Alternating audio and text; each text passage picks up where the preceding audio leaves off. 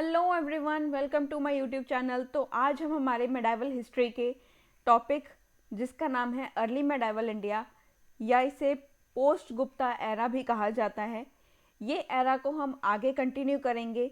कल हमने हर्षा के बारे में, हर्षवर्धन के बारे में पूरी डिटेलिंग के साथ देखा था। हर्षवर्धन के आज हम एडमिनिस्ट्रेशन को देखेंगे, that what was the administration या how was the administration under Harshavardhan. Harshavardhan के राइन के दौरान जो हमारे एडमिनिस्ट्रेशन था वो कैसा रहा है। तो चलिए स्टार्ट करते हैं। तो स्टार्ट करने से पहले मैं आपको एक चीज़ यहाँ पर बता दूं कि ये जो आप अपनी स्क्रीन के ऊपर ये देख रहे हो स्लाइड, ये मेरे ऑफिशियल टेलीग्राम चैनल की स्लाइड है।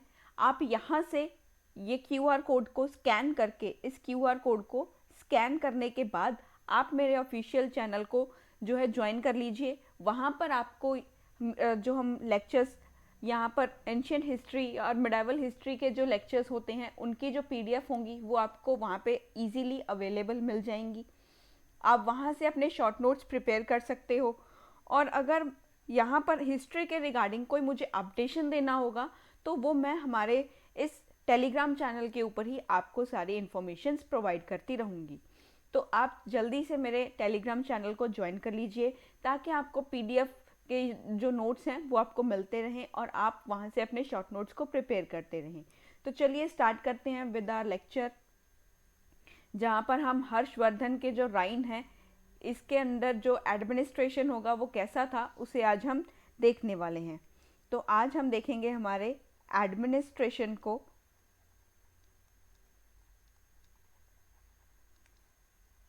Administration under Harshvardhan.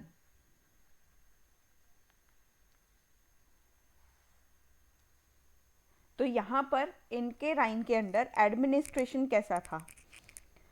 जो हर्ष थे उन्होंने अपने राज्य को ऑलमोस्ट सेम उसी तरह से एडमिनिस्टर किया था, सेम उसी तरीके से एडमिनिस्टर किया था जैसे गुप्तास ने किया था। जैसे गुप्तास ने अपने राइन को संभाला उसी तरीके से हर्ष ने भी वैसे ही शासन जो था वो लगभग अपने साम्राज्य का जो शासन था वो गुप्त जो थे, गुप्त डायनेसिटी जो थी, गुप्ता एम्पायर के सामान्य ही किया था, उनके समान ही किया था, बिल्कुल सेम किया था, वैसा ही था। Except that his administration was more feudal and decentralised.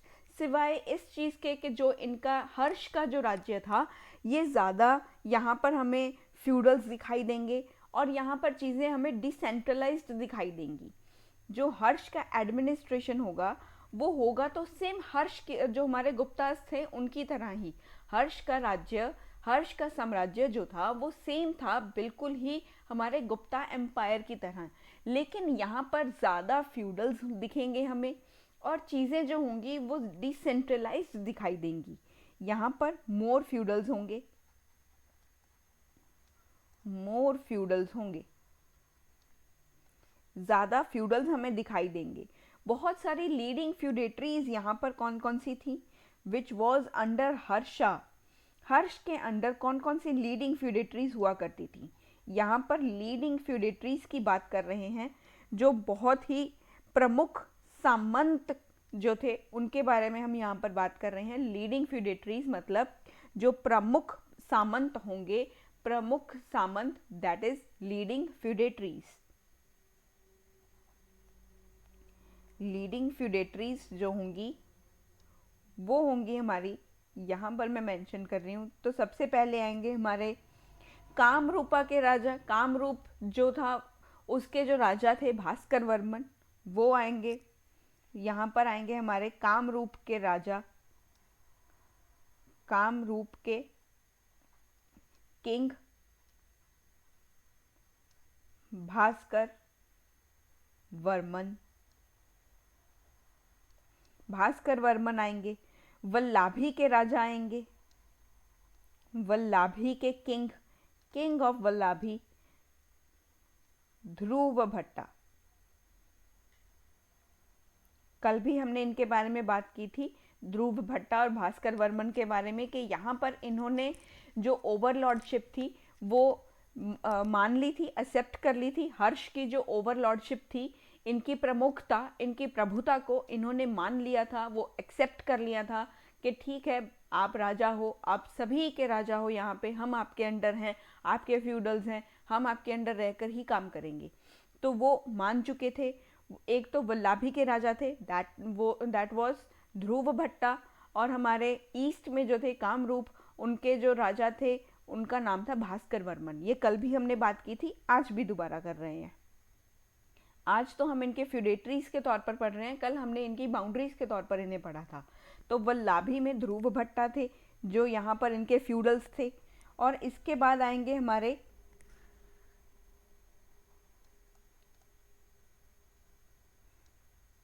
पूर्णावर्मन, sorry MAN है, पूर्णावर्मन ऑफ मगध। मगध में पूर्णावर्मन थे जो इनकी फ्यूडेटरी को मान चुके थे। वो कहते थे कि हम भी आप ही के फ्यूडल्स हैं। तो ये यहाँ पर एक फ्यूडेटरी हमें दिखाई दे रही है। इसके बाद हमें कौन से दिखाई दे रहे हैं? उदिता, उदिता ऑफ जलंधर, जलंधर के उदिता। उदिता ने भी, ये इनकी लीडिंग फ्यूडेटरीज में से एक थे। ये इनकी लीडिंग फ्यूडेटरीज हुआ करती थी जो बहुत ही इम्पॉर्टेंट है, प्रमुख सामंत हैं ये सभी इनके हर्ष के प्रमुख सामंत हैं। ये प्रमुख सामंत हैं। तो यहाँ पर हमने इनके बारे में देखा। अगर यहाँ पर हम बात करें आगे, यहाँ पर अगर हम बात करें तो Harsh had the support of a large army. Harsh के पास बहुत बड़ी आर्मी थी, लार्ज आर्मी थी इसके पास लार्ज आर्मी प्रेजेंट थी, लार्ज आर्मी प्रेजेंट थी। और आर्मी जो थी, army consisted of infantry, cavalry, chariots and elephants. तो यहाँ पर आर्मी जो थी, आर्मी यहाँ पर हमें इन्फेंट्री भी दिखाई दे रही है, इन्फेंट्री दिखाई दे रही है यानी कि पैदल सेना। और यहाँ पर हमें कैवेलरी भी दिखाई दे रही है, कैवेलरी, कैवेलरी, चैरियट्स दिखाई दे रहे हैं, रथ दिखाई दे रहे थे, चैरियट्स हैं। और एलिफेंट्स भी यहाँ पर प्रेजेंट हैं, एलिफेंट्स भी यहाँ पर प्रेजेंट हैं। ये पूरी हमारी आर्मी थी, जो इतनी बड़ी आर्मी यहाँ पर प्रेजेंट थी हमारी। और यहाँ पर अगर हम देखें that the power shifted to military camps, जो पावर हुआ करता था वो मिलिट्री कैंपसेस के पास था। और ये जो मिलिट्री कैंपस हुआ करते थे, इन्हें बोला जाता है सिकंदवराज, सिकंदवराज बोला जाता है।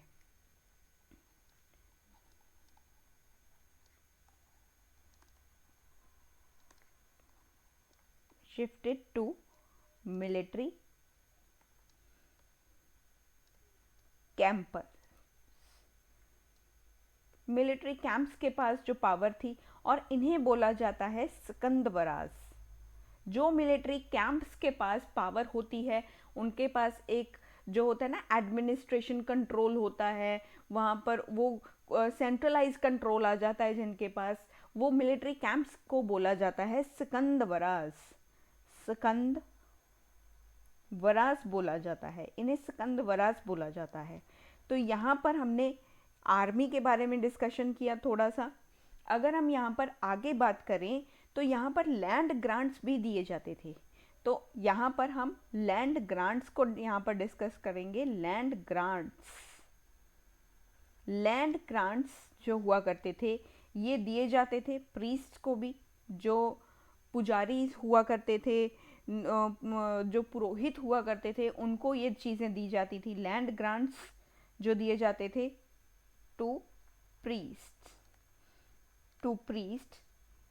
जो ये स्पेशल सर्विसेज प्रोवाइड कर रहे थे, जो प्रीस्ट अपनी स्पेशल सर्विसेज प्रोवाइड कर रहे थे।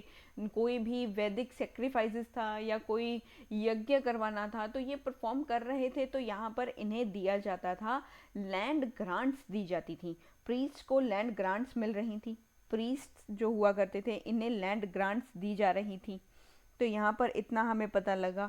अगर हम यहाँ पर जनरली आगे और बात करें, and it is generally presumed that land grants to officers को भी लैंड ग्रांट्स दी जाती थी। लैंड ग्रांट्स अकेले प्रीस्ट को ही नहीं दी जा रही थी, ये ऑफिसर्स को भी दी जा रही थी। यहाँ पे ऑफिसर्स को भी लैंड ग्रांट्स दी जाती थी। तो ये दी जाती थी चार्टर्स के थ्रू दी जाती थी, बाय चार्टर्स। इन्हें ये दी जाती थी सैलरी की फॉर्म में, सैलरी की फॉर्म में इन्हें ये चीज़ें दी जाती थी। और ये प्रोबेबली देखा जाए तो ये हर्ष के राइम पर ही हमें देखने को मिला, हर्ष के राइम पर ही हमें देखने को मिला, वरना सबको रेवेन्यू के तौर पर उन्हें सैलरी देते थे। कई जो हम अगर हम ज़्यादा से ज़्यादा देखें तो उन्हें सैलरी दी जाती थी, जो ऑफिसर्स हुआ करते थे उन्हें सैलरी ही दी जाती थी। यहाँ पर सैलरी के तौर पर उन्हें लैंड ग्रांट्स दी जा रही हैं बाय द चार्टर्स। तो यहाँ पर ये हमें इसीलिए एविडेंट है, ये हमें इसका एविडेंस कहाँ से मिला, ये हमें एविडेंट तब मिला जब हमें पता चला कि यहाँ पर लेजर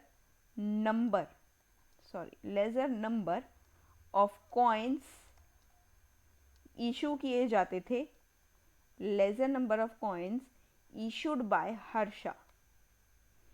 हर्ष के द्वारा यहाँ पर कम संख्या में कॉइन्स को इशू किया जाता था। इतने ज़्यादा कॉइन्स जो थे वो इशू नहीं किए जाते थे, कम किए जाते थे, जिसकी वजह से सैलरीज देने में थोड़ी सी दिक्कत थी, इकोनॉमी में थोड़ी सी यहाँ पर दिक्कत थी, क्योंकि उनके पास कॉइन्स नहीं थे, पैसे नहीं थे देने के लिए, कम इशू किए जाते थे, ये वजह थी।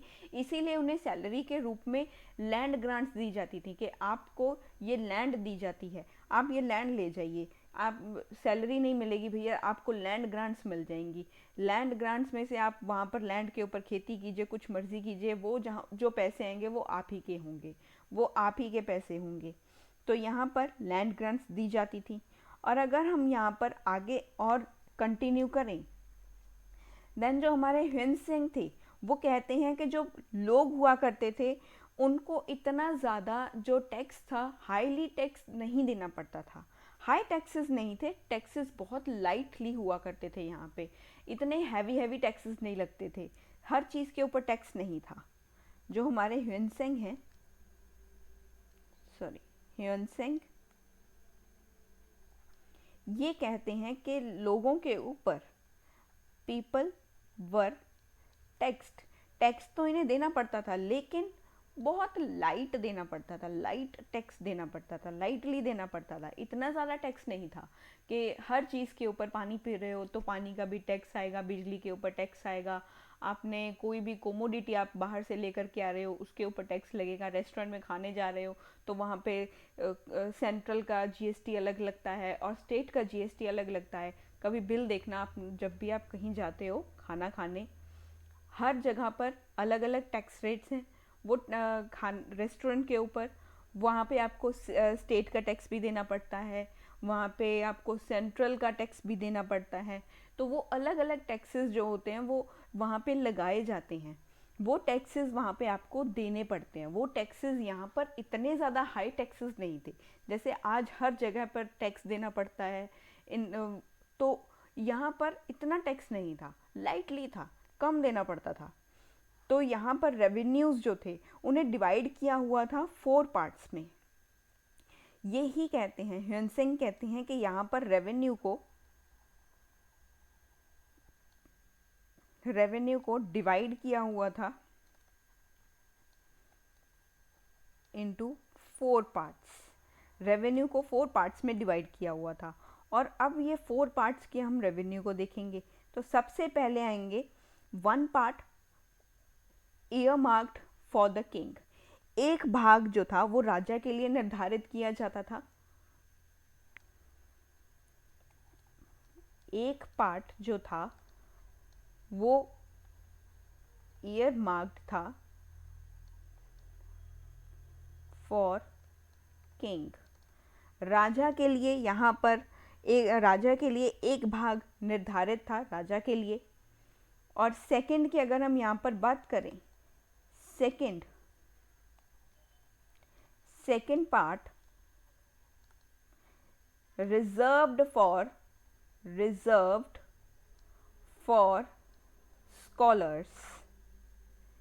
जो दूसरा भाग था वो विद्वानों के लिए यहाँ पर जो था वो रिजर्व किया जाता था, वो विद्वानों के लिए, स्कॉलर्स के लिए रिजर्व किया जाता था। अगर हम यहाँ पे थर्ड देखें, देन द थर्ड पार्ट ये था endowments of officials and public servants. जो हमारे अधिकारी जो थे, लोक सेवकों के लिए, सिविल जो हमारे पब्लिक सर्वेंट्स हैं, पब्लिक सर्वेंट्स के लिए जो था वो यहाँ पर कुछ भाग जो था, थर्ड पार्ट जो था वो उनके लिए यहाँ पे रखा जाता था, वो उनके लिए यहाँ पर रखा जाता था। एंडाउनमेंट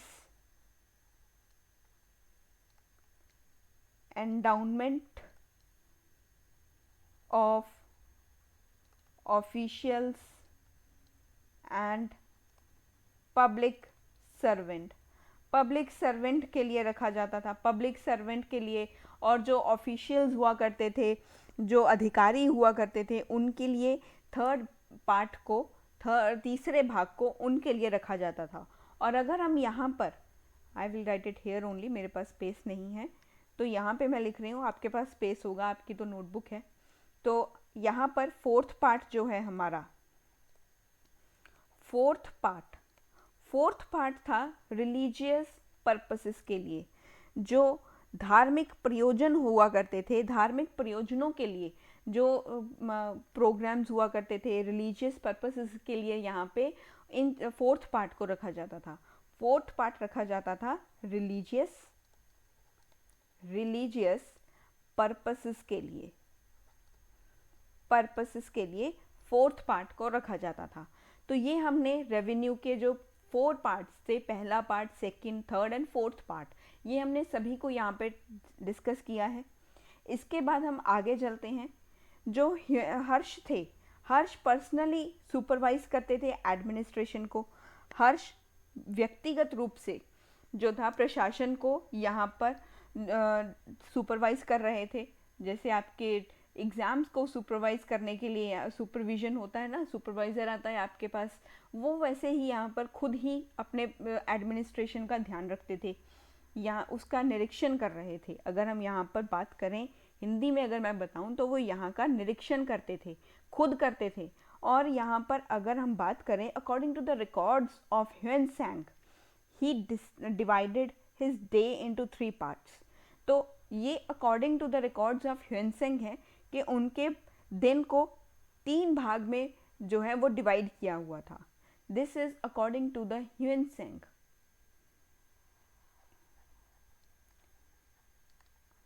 अकॉर्डिंग टू द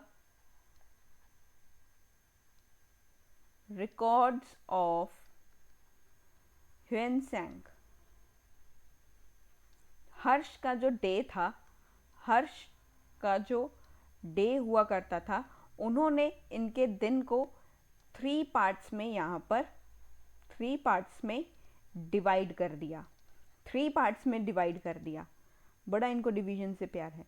तो यहाँ पर इनके जो दिन था उसको 3 भाग में यहाँ पर विभाजित कर दिया। अगर हम यहाँ पर देखें तो attending to the administrative duties during the first, तो पहले पार्ट में वो क्या करते थे, पहले भाग में वो क्या कर रहे थे, वो एडमिनिस्ट्रेटिव ड्यूटीज़ को यहाँ पर अटेंड कर रहे थे।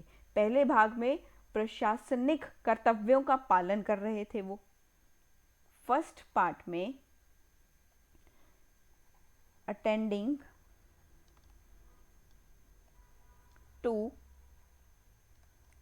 एडमिनिस्ट्रेटिव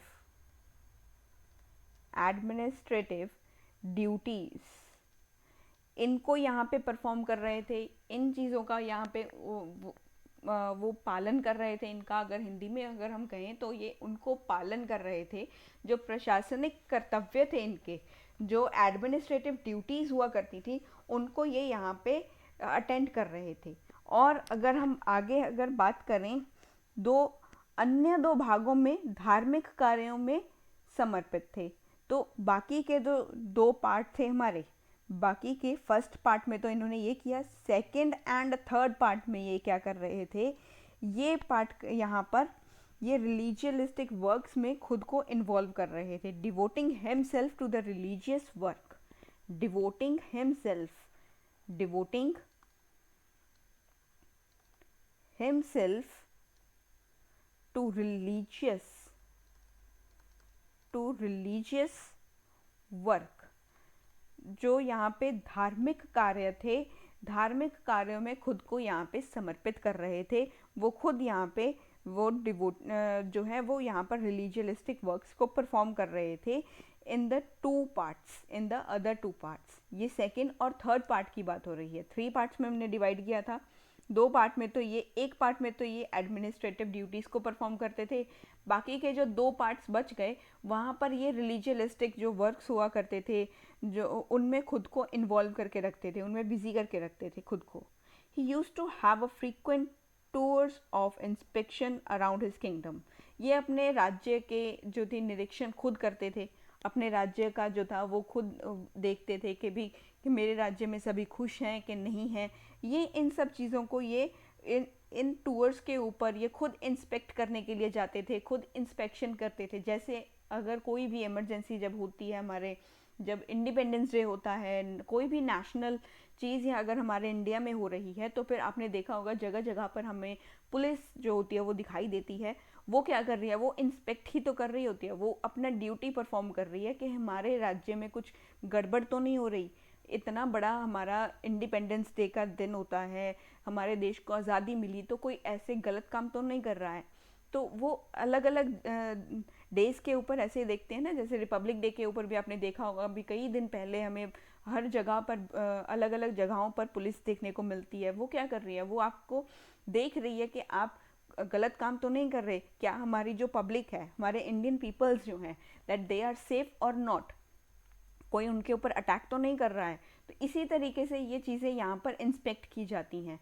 इलेक्शंस के डेज़ के ऊपर आपने देखा होगा जो हमारे डिस्ट्रिक्ट जो मैजिस्ट्रेट होते हैं, हमारे डीएम होते हैं, उनकी भी जो कार होती है वो जा रही होती है वहाँ पे देखने, इंस्पेक्शन करने के लिए जाते हैं जहाँ पर वोटिंग हो रही होती है। आपके इलेक्शन में, इलेक्शंस के टाइम के ऊपर आपने देखा होगा वो इंस्पेक्ट करने के लिए ही जाते हैं। तो इंस्पेक्शन के लिए यहाँ पर राजा भी जाता था अराउंड हिज किंगडम, अपने किंगडम में देखता था कि मेरी प्रजा ठीक है, उसे कोई दिक्कत तो नहीं आ रही है। तो ये फ्रीक्वेंट ऐसे टूर्स करते रहते थे। तो हर्ष जो थे वो टूर्स करते थे ऑफ इंस्पेक्शन, ये इंस्पेक्शन के लिए ये टूर्स करते रहते थे अराउंड हिज किंगडम। और अगर हम यहाँ पर देखें, ये सब चीज़ें हमें पता चल रही हैं जो हमें रिकॉर्ड मिला है, जो रिकॉर्ड है ह्यूनसेंग का, वहाँ पर ये सब चीज़ें हमें पता चल रही हैं। तो यहाँ पर law and order suffer from some lacunae as inferred from the travel statements of the Hiuen Tsang. और अगर हम यहाँ पर देखें तो जो कानून व्यवस्था थी, वे कानून व्यवस्था जो थी उसमें कुछ खामियां हमें यहाँ पर नज़र आ रही थी। लेकिन इसके राज्य में ये खुद इंस्पेक्शन करने के बावजूद भी इनका जो लॉ एंड ऑर्डर था, यहाँ पर इनके जो कानून की जो व्यवस्था थी, हमें यहाँ पर कुछ खामियां नज़र आ रही थी।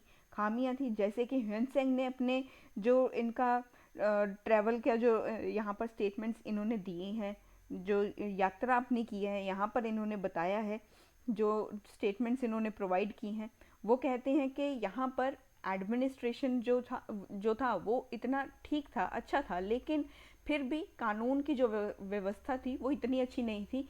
वो इतनी अच्छी क्यों नहीं थी? क्योंकि ह्यूनसेंग के साथ जो था वो रॉबरी हो चुकी थी। वो कहते हैं मुझे एक चोर ने लूट लिया, मेरी से चोरी हो गई, मेरी ये चीज़ें चोरी हो गई, मेरी वो चीज़ें चोरी हो गई।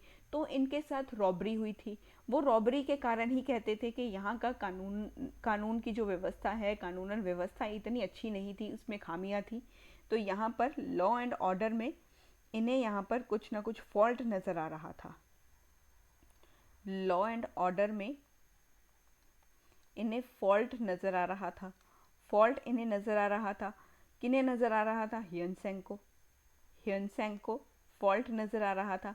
ह्यूनसेंग ने अपने ट्रैवल स्टेटमेंट में बताया, ये यात्रा का एक इनका स्टेटमेंट था। ये जब यात्रा कर रहे थे तब इन्होंने एक स्टेटमेंट दिया कि इनको जो है वो लूट लिया गया था, इनके साथ इनको रॉब्ड किया गया था, इनके साथ रॉबरी यहाँ पर हुई थी, इनके चीज़ें चोरी हो चुकी थी, इनका सामान किसी ने चोरी कर लिया था। वो चोरी के कारण ही ये कहते थे कि यहाँ का लॉ एंड ऑर्डर इतना अच्छा नहीं था, यहाँ पर कुछ फॉल्ट हमें नज़र आ रहा है। तो यहाँ पर जो लॉज थे of the land were severe, the laws of the land were severe and generally robbery जो कंसीडर की जाती थी as a second only to the treason. तो यहाँ पर जो था वो एक कहते हैं ना कि हमारा एक ट्रेटर्स को हम कहते हैं देशद्रोही होता है, एक तो है ना, एक होता है देशद्रोही। तो यहाँ पर जो है वो एक राजद्रोह हुआ करता था, that is known as traitor लगा लो, या उसे देशद्रोही जैसे कह सकते हैं हम उसे, वो कंसीडर किया जाता है। तो वो बहुत ही बड़ा ऑफेंस हुआ करता था, जो वो ऑफेंस था वो बहुत ही बड़ा था। अगर हम यहाँ पर देखें तो जो राजद्रोह का जो यहाँ पर ऑफेंस था वो ज़्यादा बड़ा था। तो यहाँ पर सेकंड सेकंड सबसे बड़ी जो थी वो पनिशमेंट दी जाती थी रॉबरी को, वो रॉबरी को दी जाती थी। सबसे बड़ी जो थी वो माना जाता था कि गलत काम है राजद्रोह करना, अपने राज्य के खिलाफ जो है जा कर के जो है षड्यंत्र रचना।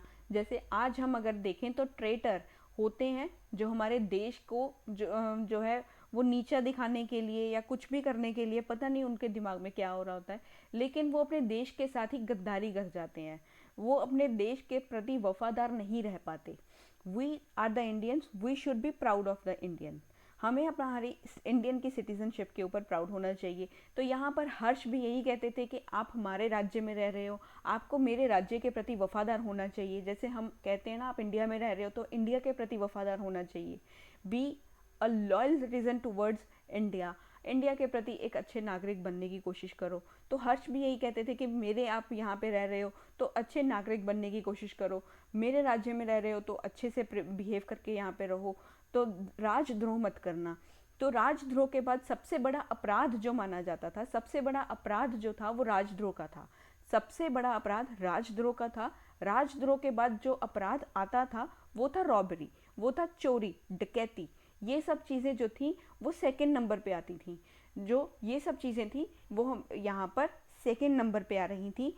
सेकंड सबसे बड़ा जो यहाँ पर पनिशमेंट दी जाती थी वो रॉबरी को दी जाती थी। अगर कोई रॉबरी करता था तो उसका राइट हैंड जो हुआ करता था वो यहाँ पर एम्प्यूटेट कर दिया जाता था।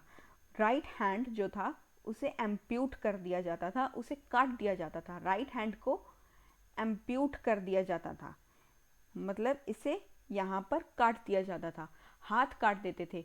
जो आपका राइट हैंड था, दाहिना हाथ जो था, इसे काट दिया जाता था अगर आपने चोरी की। ये हर्ष के राइन में हो रहा था, ये हर्ष के राइन में यहाँ पर हो रहा था। ये सब होने के बावजूद भी यहाँ पर वो कह रहे थे कि लॉ एंड ऑर्डर इतना अच्छा नहीं है, मेरे मेरे जो है सामान की चोरी हुई है, मुझे चोरों ने लूटा, ये हुआ वो हुआ। तो यहाँ पर ये थोड़ा सा शोर मचा रहे थे ह्युन सेंग।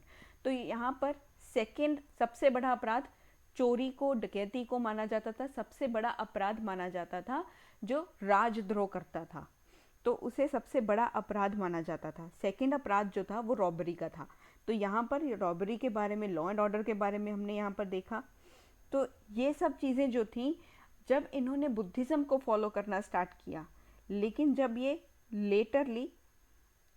लेटर जब इन्होंने बुद्धिज़्म का यहाँ पर हमें इन्फ्लुएंस देखने को मिला, बुद्धिज़्म का इन्फ्लुएंस आया, तो बुद्धिज़्म तो यही कहता है ना भी किसी के साथ ऐसा मत करो, गलत नहीं करना चाहिए, हर जो है हर इंसान को जीने का हक है, आप उससे उनके जीने का अधिकार नहीं वो कर सकते, छीन नहीं सकते, है ना। ये सब चीज़ें हमने हमारे बुद्धिज़्म के चैप्टर में भी पढ़ी हैं, तो यहाँ पर इतना ज़्यादा मुझे एक्सप्लेन करने की ज़रूरत नहीं है। ये जब बुद्धिज़्म का इन्फ्लुएंस यहाँ पर आया तब देखने को मिला कि इतनी ज़्यादा कठोर पनिशमेंट नहीं दी जाती थी।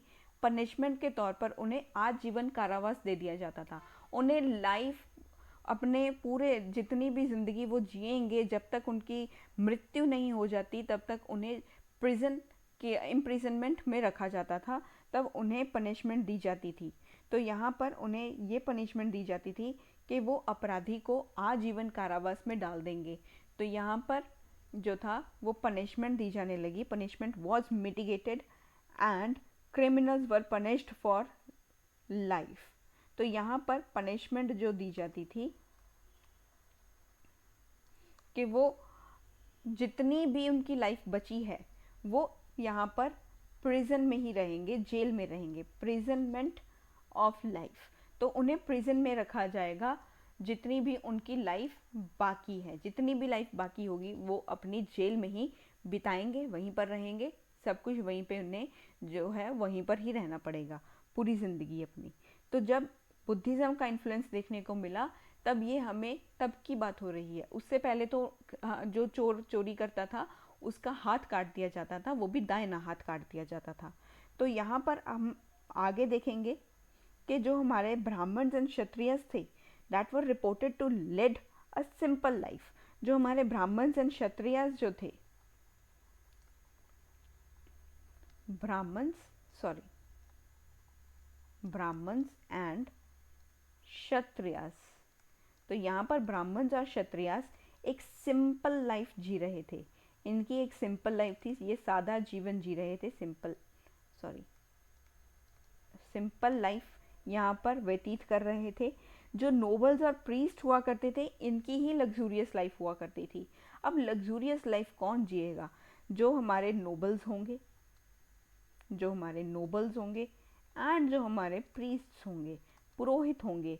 तो ये यहाँ पर लग्जूरियस लाइफ को व्यतीत करेंगे। लग्जूरियस लाइफ तो इनकी ही होगी क्योंकि इन्हें लैंड ग्रांट्स मिल रही थी, इसीलिए they were living a very luxurious life.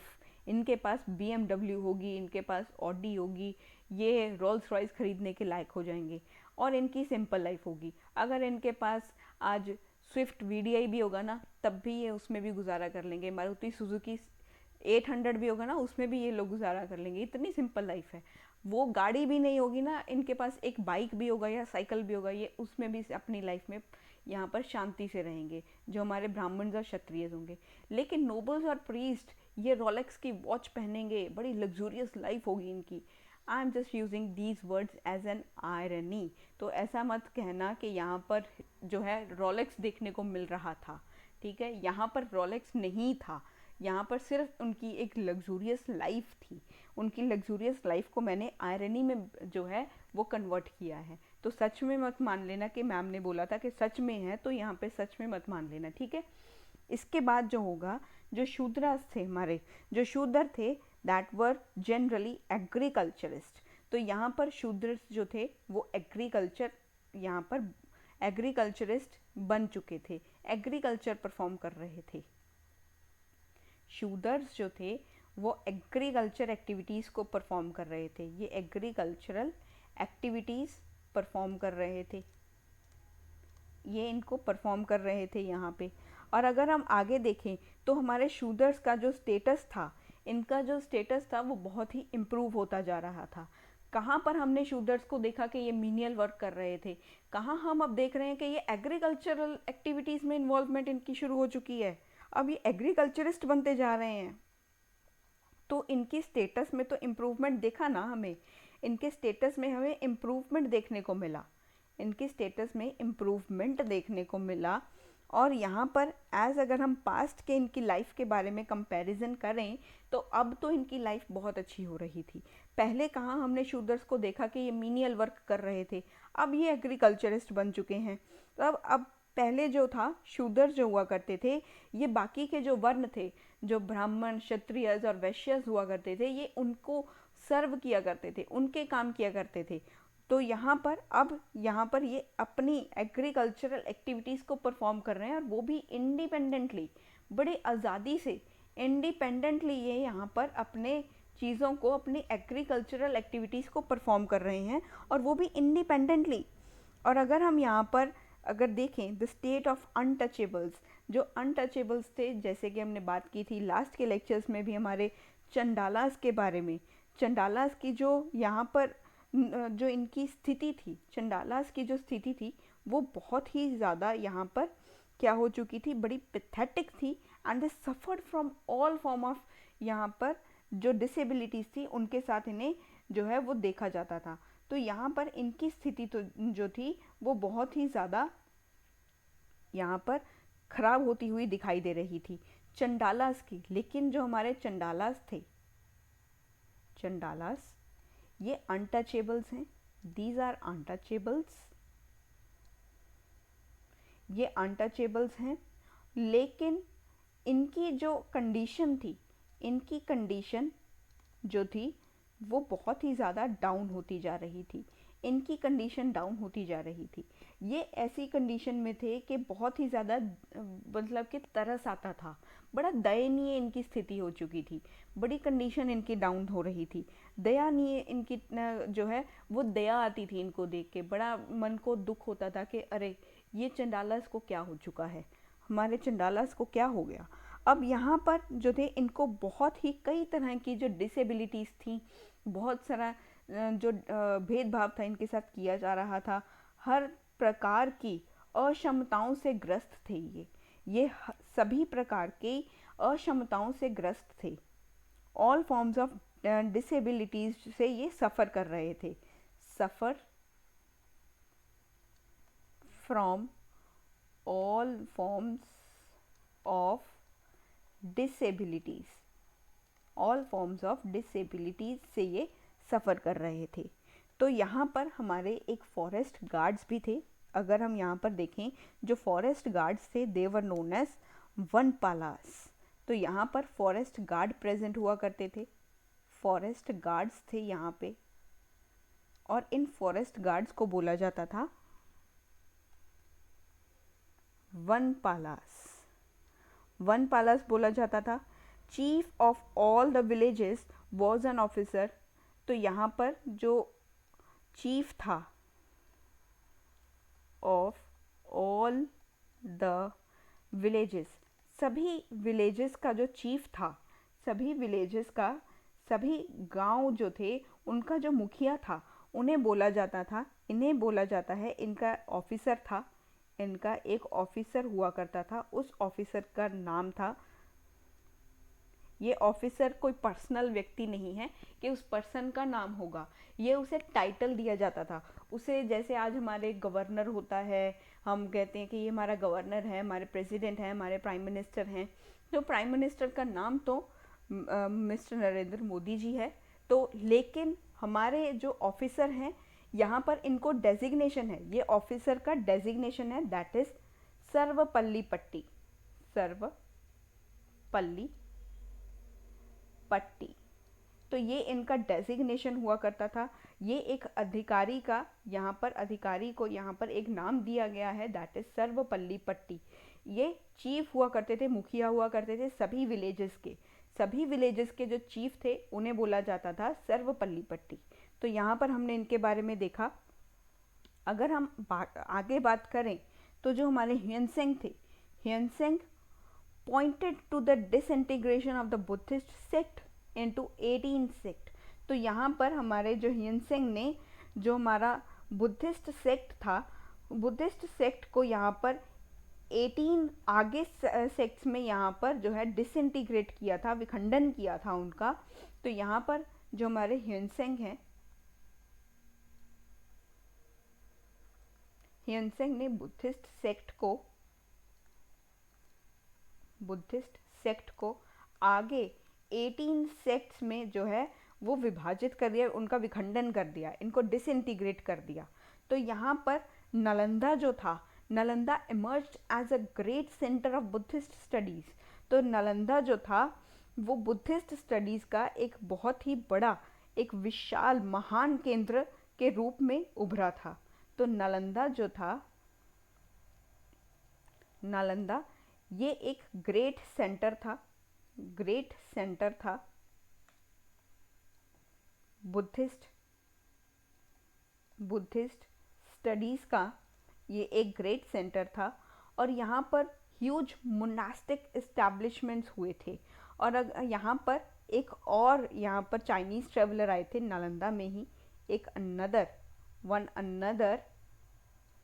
Chinese traveller आए थे, चाइनीज़ ट्रेवलर आए थे जिन्हें बोला जाता है यिंग या आई सिंग, इन्हें यिंग या आई सिंग बोला जाता है। जिन्हें इनकी करेक्ट प्रोनाउंसिएशन पता है वो प्लीज़ इसे ऑटो करेक्ट कर लीजिएगा। डिस्क्लेमर मैंने पहले ही ऑन कर दिया है। ये मत कहना कि आपने यहाँ पे गलत प्रोनाउंसिएट कर दिया, ये ऐसा नहीं होना चाहिए था, वैसा नहीं होना चाहिए था, वैसा होना चाहिए था, वैसा होना चाहिए था।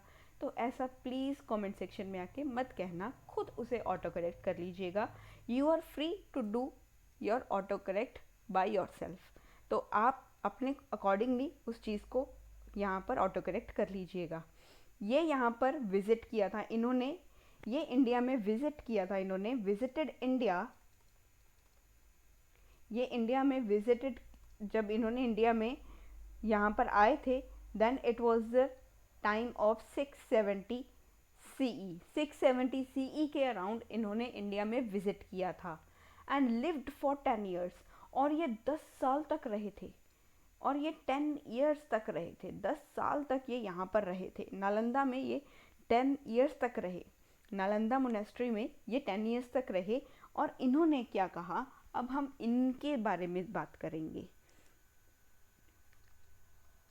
यिंग और आई सिंग के बारे में यहाँ पर बात करेंगे।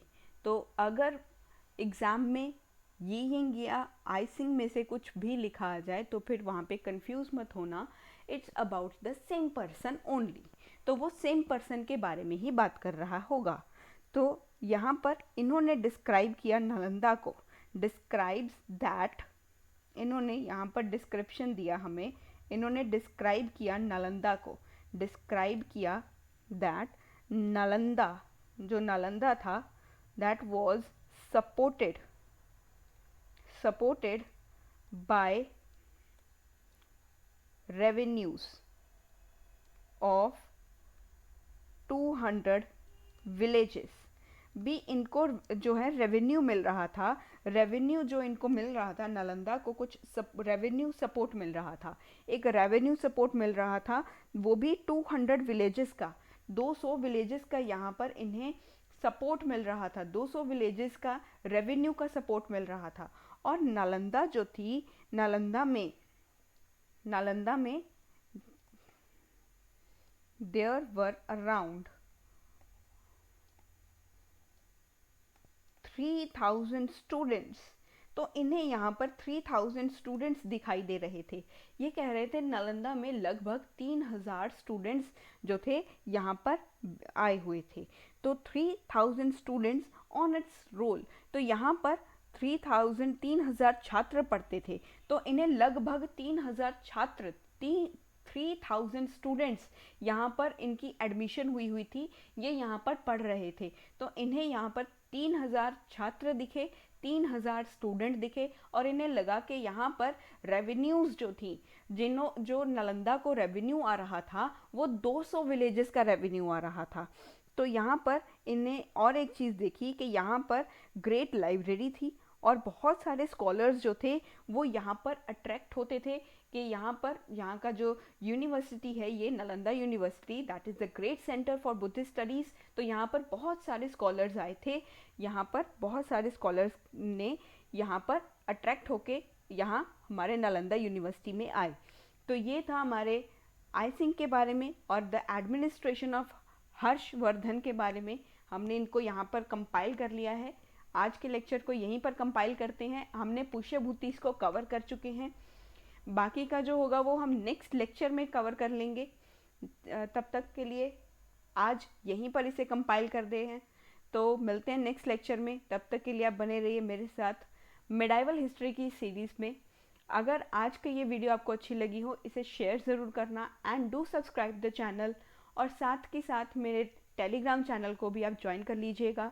अगर आपको यहाँ इस पूरे के पूरे लेक्चर के आपको PDF नोट्स चाहिए तो वो आपको मेरे टेलीग्राम चैनल से मिल जाएंगे। अगर कोई भी अपडेशन आएगा वो भी मैं आपको मेरे टेलीग्राम चैनल के थ्रू आपको इन्फॉर्मेशन प्रोवाइड करती रहूँगी। बने रहिए मेरे साथ मेडाइवल हिस्ट्री की सीरीज़ में। Thanks for the support which you have shown towards my channel. Thank you so much and keep watching my videos.